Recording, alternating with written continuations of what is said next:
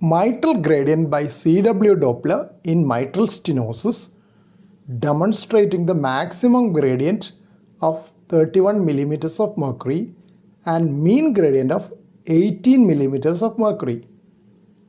The Doppler tracing is obtained by aligning the Doppler cursor along the transmitral jet during diastole in the apical four-chamber view. The outline of the tracing is sketched out manually to measure the velocities and gradient, which is calculated by the software package in the echocardiograph. Pressure half-time of the initial slope is calculated as 377 milliseconds, VTI velocity time integral, MVA mitral valve area.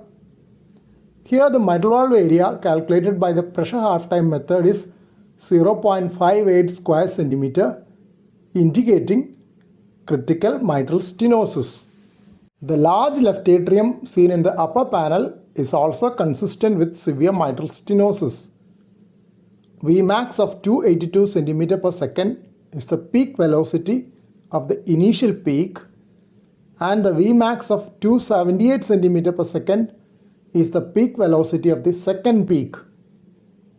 Even though the A wave is blunted in mitral stenosis in the M-mode echocardiogram, the A of Doppler tracing is not.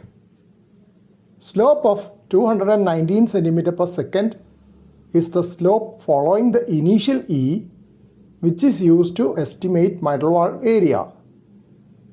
Pressure half-time is calculated from the peak velocity and the slope by the software package.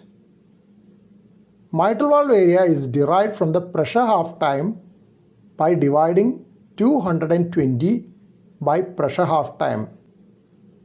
This is because a pressure half-time of 220 milliseconds corresponds to a mitral valve area of 1 square centimeter.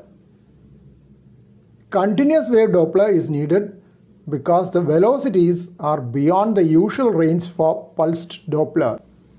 If pulsed Doppler is used, the signals will get aliased as the velocity is beyond the Nyquist limit of the pulsed Doppler system.